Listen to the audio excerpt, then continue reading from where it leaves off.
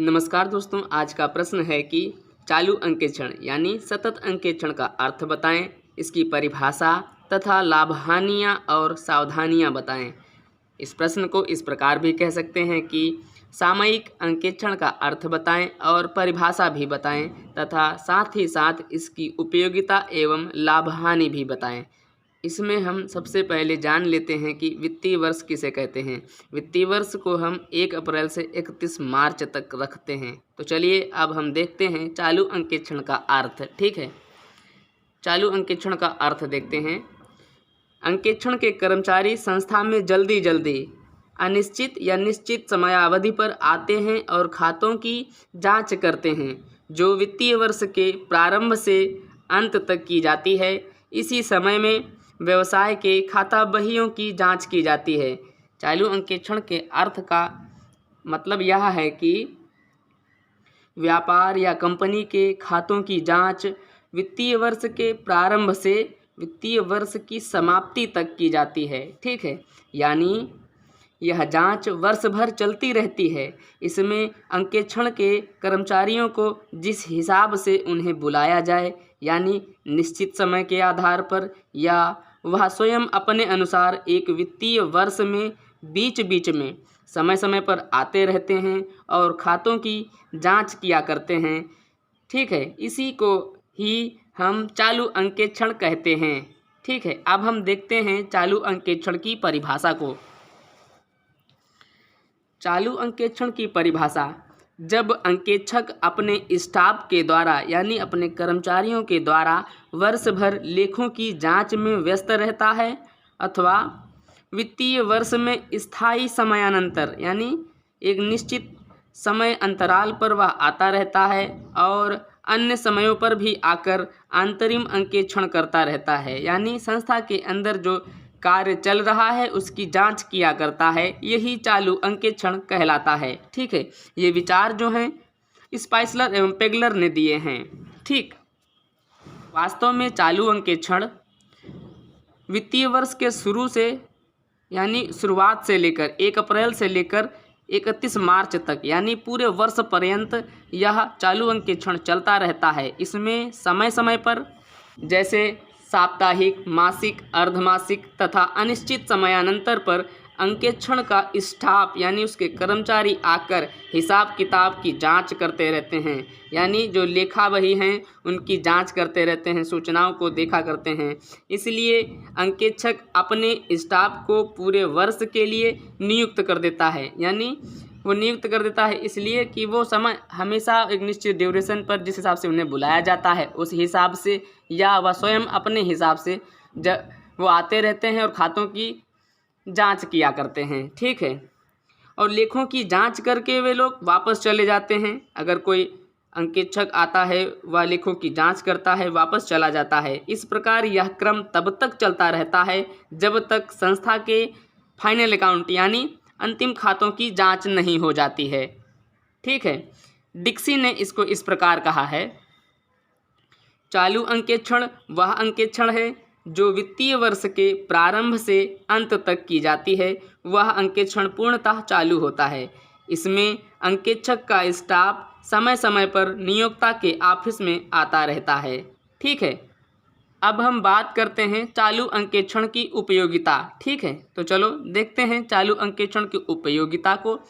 यद्यपि चालू अंकेक्षण कानून द्वारा अनिवार्य नहीं है, परंतु फिर भी निम्न दशाओं में इसका प्रयोग अति आवश्यक होता है। ठीक है, तो इसका पहला पॉइंट है, ऐसे व्यवसाय में जिसमें बहुत अधिक उत्पादन या क्रय विक्रय या लेन देन होते रहते हैं, उनमें चालू अंकेक्षण की आवश्यकता होती है। पॉइंट नंबर 2, ऐसे व्यवसाय में जहां बिक्री, क्रय और व्ययों के विवरण पत्र 15 दिन के बाद या प्रॉफिट लॉस अकाउंट यानी लाभ हानि खाता तिमाही तैयार किया जाता है, उस दशा में चालू अंकेक्षण की आवश्यकता होती है।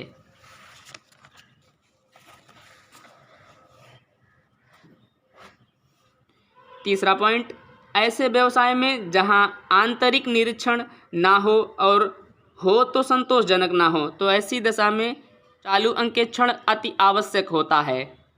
पॉइंट नंबर 4, ऐसे व्यवसाय में जहां प्रॉफिट लॉस अकाउंट यानी लाभ हानि खाता और चिट्ठों को यानी बैलेंस शीट को वर्ष के समाप्त होने के तत्काल बाद ही तैयार करने की आवश्यकता पड़ती हो तो ऐसी दशा में चालू अंकेक्षण की बहुत ही ज़्यादा आवश्यकता होती है। ठीक है, जैसे बैंक में, बिजली कंपनी में, रेलवे कंपनी आदि में। ठीक है, अब हम बात करते हैं चालू अंकेक्षण के लाभों की। चालू अंकेक्षण के लाभ इस प्रकार हैं। चालू अंकेक्षण संबंधी लाभ 5 प्रकार के होते हैं। पहला, अंकेक्षण तथा अशुद्धि संबंधी लाभ। दूसरा, कर्मचारी संबंधी लाभ। तीसरा, अंकेक्षक को लाभ। चौथा, अंशधारियों से संबंधित लाभ। पांचवा, अन्य लाभ। तो पहले हम पॉइंट के हिसाब से बारी बारी से एक एक को डिफाइन करते हैं, एक एक के बारे में जानते हैं। तो सबसे पहले जानते हैं अंकेक्षण तथा अशुद्धि संबंधी लाभ को।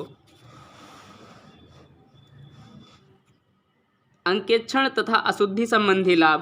पहला पॉइंट, विस्तृत निरीक्षण करना संभव होता है, यानी चालू अंकेक्षण के दौरान विस्तृत खातों का विस्तृत निरीक्षण करना संभव होता है, क्योंकि अंकेक्षक वर्ष पर्यंत कार्य करता है, यानी एक ऑडिटर पूरा वर्ष वो कार्य करता है। इसलिए कोई भी व्यावसायिक सौदा नहीं छूटता है, क्योंकि वह जब वर्ष पर्यंत कार्य करेगा तो फिर एक एक सौदे को आसानी से वो धीरे धीरे देखता चलेगा, जिससे कोई भी व्यावसायिक सौदा नहीं छूटता है। पॉइंट नंबर 2, अंकेक्षण के द्वारा संस्था के कार्य शीघ्र समाप्त किए जा सकते हैं और इसी कारण बैलेंस शीट यानी चिट्ठे को वर्ष के अंत में इतने शीघ्र तैयार कर लिया जाता है जितने किसी अन्य में नहीं। ऐसा इसलिए क्योंकि अंकेक्षण जो है वर्ष पर्यंत चलता रहता है, सारी सूचनाएं बिल्कुल सही और उचित होती हैं, इसलिए बैलेंस शीट बनाने में देर नहीं लगती है। ठीक है। पॉइंट नंबर 3, बार बार वर्ष पर्यंत आते रहने से व्यवसाय की कमजोरी एवं गुप्त सूचनाओं का ज्ञान हो जाता है, जिस कारण वह अंकेक्षण कार्य अधिक सुचारू रूप से कर सकता है।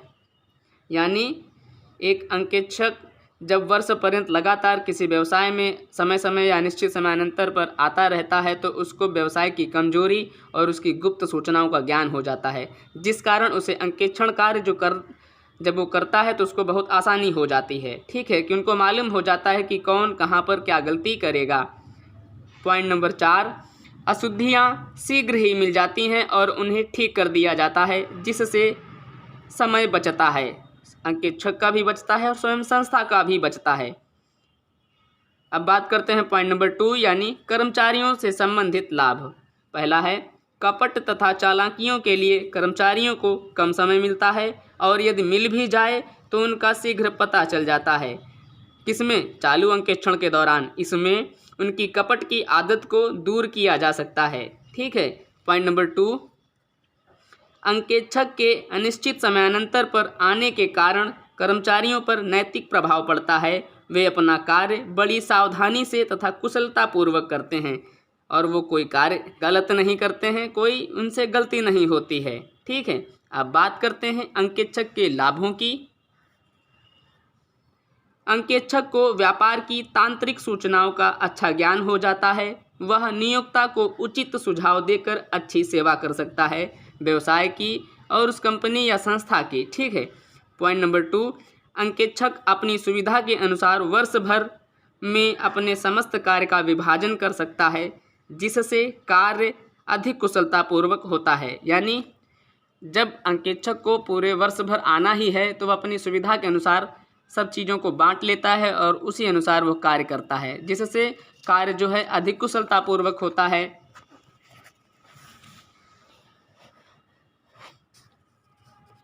अब बात करते हैं अंशधारियों से संबंधित लाभ। पहला पॉइंट, चूंकि चालू अंकेक्षण में लेखों का अंकेक्षण वर्ष समाप्त होने पर तत्काल ही पूरा हो जाता है। यानी चालू अंकेक्षण में लेखों का अंकेक्षण जो है वर्ष समाप्त होने पर तुरंत पूरा हो जाता है, इसलिए अंकेक्षित लेखों को शीघ्र ही अंशधारियों के पास भेजा जा सकता है। अंकेक्षण ना होता तो फिर उसके बाद खाली खाते बनाए गए होते, खाते बनाने के बाद अंकेक्षण करवाया जाता, अंकेक्षण होने के बाद उनको प्रमाणित करते, उसके बाद वो सूचनाओं को भेजते अंशधारियों के पास। लेकिन इसमें क्या है, लगातार अंकेक्षण भी होता जा रहा है और खाते भी बनते जा रहे हैं, इससे क्या होगा, कार्य बहुत जल्दी हो जाएगा, शीघ्र हो जाएगा, क्योंकि वो सूचनाएं जो हैं सही सही उसमें लिखी जाएंगी। जब खाते बन के तैयार हो जाएंगे तुरंत अंशधारियों को उस लेखों को भेजा जाएगा। ठीक है, अब बात करते हैं पॉइंट नंबर 2 की। कंपनी के प्रबंधक तथा संचालक अपनी चालाकियों से अंशधारियों का शोषण नहीं कर पाते हैं चालू अंकेक्षण के दौरान। ठीक है, अब बात करते हैं पॉइंट नंबर 5 यानी अन्य लाभ की। वह कौन कौन से अन्य लाभ हैं वो देखते हैं। व्यापार को बेचने में चालू अंकेक्षित खाते बहुत सहायक होते हैं। यदि व्यापार को बेचना हो तो ऐसा वर्ष मध्य में कभी भी किया जा सकता है, कारण क्रेता को सबसे बड़ा यह लाभ होता है कि व्यापार की उस समय तक की दशा का अच्छा ज्ञान हो जाता है। अगर कोई खरीद रहा है उसको यह बहुत आसानी से इस चीज़ का पता लग जाएगा कि व्यापार की वास्तविक स्थिति क्या है उस समय तक, जिस समय वह खरीद रहा है उस समय तक। ठीक है, अब बात करते हैं चालू अंकेक्षण की हानियों की। तो इसकी हानियों को देखते हैं। चालू अंकेक्षण संबंधी हानियाँ 3 प्रकार की होती हैं। पहली हानि अंकेक्षण संबंधी हानि, दूसरी कर्मचारी संबंधी हानि, तीसरी अन्य हानियाँ। ठीक है, अंकेक्षण संबंधी हानि पहले देखते हैं। पहला पॉइंट, यह भय रहता है, यानी चालू अंकेक्षण में यह भय रहता है कि निरीक्षण के बाद अंकों में हेर फेर ना कर दी जाए। ठीक है, पॉइंट नंबर 2, इसमें यह भी भय रहता है कि कोई भी कार्य जांचने से छूट ना जाए, चूँकि अंकेक्षक का कार्य करने के लिए पूरा वर्ष अंकेक्षक के सामने होता है। ठीक है, क्योंकि कोई कार्य छूट ना जाए और अंकेक्षक के सामने जो है पूरा वर्ष रहता है। अतः यह भी हो सकता है कि वह शुरू में ही लापरवाही करे या समझकर कि अभी तो बहुत समय पड़ा है, परंतु अंत में जल्दी जल्दी कार्य समाप्त किए जाते हैं। और जब जल्दी जल्दी कार्य समाप्त किए जाएंगे तो उसमें लापरवाही हो सकती है, गलती भी हो सकती है। कभी कभी यह भी हो जाता है कि अंकेक्षक पिछली बार के छूटे हुए व्यवहारों की अधूरी जांच करना भूल जाता है। ठीक है, मतलब यह है कि अंकेक्षक यह सोच ले कि अभी पूरा वर्ष पड़ा है, बाद में कर लेंगे। ऐसा करने से क्या होगा कि जब समय नज़दीक आ जाएगा, उसको खातों के प्रिपेयर माने तैयार हो जाएंगे, उनकी जांच करनी बकाया होगी, तो अंकेक्षक जल्दी जल्दी करेगा। इससे क्या होगा कि कुछ सूचनाएं छूट जाएंगी, आधा अधूरा काम होगा, इससे नुकसान हो सकता है। ठीक है, पॉइंट नंबर 3, अंकेक्षण कार्य यंत्रवत हो जाता है। ठीक है, अब बात करते हैं कर्मचारी संबंधी हानियों की। तो इसमें क्या है कि अंकेक्षक के बार बार आने से कार्यालय के कर्मचारियों के साधारण कार्य में बाधा पड़ती है, जिससे कार्य प्रगति रुकती है तथा कर्मचारियों का डर छूट जाता है। डर इसलिए छूट जाएगा कि वो जब बार बार आते रहेंगे तो उनमें कोई वही नहीं होगा, वो तो कहेंगे आने दो, निपट लेंगे। इस कारण से जो आशा की जाती है नैतिक प्रभाव पड़ेगी कर्मचारियों पर, वह पूरी नहीं हो पाती है। अब बात करते हैं अन्य हानियों की। यदि व्यापार छोटा है तो इस प्रकार का अंकेक्षण महंगा पड़ सकता है। अब बात करते हैं चालू अंकेक्षण की सावधानियों की। ठीक है, इन हानियों से बचने के लिए निम्न सावधानियां बरतनी चाहिए। पहली, अंकेक्षण द्वारा की जाने वाली सावधानियां। दूसरी, कर्मचारियों को निर्देश। तीसरी, नियोक्ता द्वारा सावधानी बरती जाए। चालू अंकेक्षण की ये सावधानियां हैं, इनको बारी बारी से देखते हैं। पहली जो सावधानी उसको देखते हैं, अंकेक्षक द्वारा की जाने वाली सावधानियां। पहला पॉइंट इसका, अंकेक्षक को चाहिए कि अंकेक्षण करते समय विशेष प्रकार के चिन्हों का प्रयोग करे और उन्हें गुप्त रखे, ताकि अंकेक्षण के बाद परिवर्तन किए हुए अंकों का शीघ्र पता लग जाए। अगर वो कुछ गुप्त रूप से अपने कुछ कोड लिखेगा, है ना, तो अगर कोई बाद में परिवर्तन करेगा तो वह अंकेक्षक जो होगा वह जान जाएगा, पता लगा लेगा आसानी से। ठीक है, विभिन्न श्रेणियों की, पॉइंट नंबर 2, विभिन्न श्रेणियों की जांच यथासंभव एक ही क्लर्क द्वारा करानी चाहिए, यानी एक ही ऑडिटर द्वारा करानी चाहिए। ठीक है, जो नियुक्त होना चाहिए वही आकर वही उसी कार्य को करे। ये ना हो कि एक उस कार्य को आज किसी और ने किया है, फिर किसी दूसरे दिन किसी और ने किया है, इससे जो है उसमें गड़बड़ी उत्पन्न हो जाएगी। अगर एक व्यक्ति करेगा तो उसको मालूम होगा कि हमने पीछे क्या किया है और अब क्या करना है। ठीक है, अब पॉइंट नंबर 3, अंकेक्षण के प्रत्येक भाग को एक ही बैठक में समाप्त किया जाना चाहिए। ये नहीं कि थोड़ा आज किया थोड़ा कल किया, एक भाग को ही 3-4 दिन में ख़त्म कर रहे हैं। इससे जो है त्रुटियां होने की संभावना बनी रहती है। ठीक है, अब बात करते हैं पॉइंट नंबर 4 की। जांच सदैव अंकेक्षण कार्यक्रम के अनुसार करनी चाहिए। ठीक है, जो निर्धारित नियम है उन्हीं के अनुसार उसकी जांच करनी चाहिए खातों की। पॉइंट नंबर 5, अन्य व्यक्तिगत की जांच अंतिम तिथि तक स्थगित रखनी चाहिए। अगर कोई इंडिविजुअल रूप से किसी कोई चीज़ है तो उसकी जांच जब तक फाइनल खाते न बन जाएं तब तक उनको स्थगित रखना चाहिए। बात करते हैं पॉइंट नंबर 2 की, कर्मचारियों को निर्देश। तो पहला पॉइंट इसका है, कर्मचारियों को कड़ी चेतावनी दे देनी चाहिए कि अंकेक्षण के बाद अंकों में किसी भी प्रकार का परिवर्तन ना करें। अगर आवश्यक हो एक भिन्न जर्नल एंट्री द्वारा प्रविष्टि की जाए, फिर उसमें परिवर्तन किया जाए। पॉइंट नंबर 2, सहायक पुस्तकों के जोड़ों को सदैव स्याही से पूरा करना चाहिए। ठीक है, जिससे पता हो जाए कि ये अलग से लिखा गया है और अंकेक्षक आखिरी में उसको भी सही से फिर उसकी जांच कर सके। अब बात करते हैं तीसरे पॉइंट की, नियोक्ता द्वारा सावधानी। नियोक्ता को आंतरिक निरीक्षण प्रणाली का प्रयोग करना चाहिए। ठीक है, लेखाकर्म के प्रति यह जानकर कि चालू अंकेक्षण का प्रबंध कर दिया गया है, सतर्कता कम नहीं करनी चाहिए, उसको हमेशा सतर्क रहना चाहिए। ठीक है, जिससे व्यापार के खातों की जांच अच्छे से हो, उसमें किसी भी प्रकार की त्रुटि ना होने पाए। ठीक है, धन्यवाद।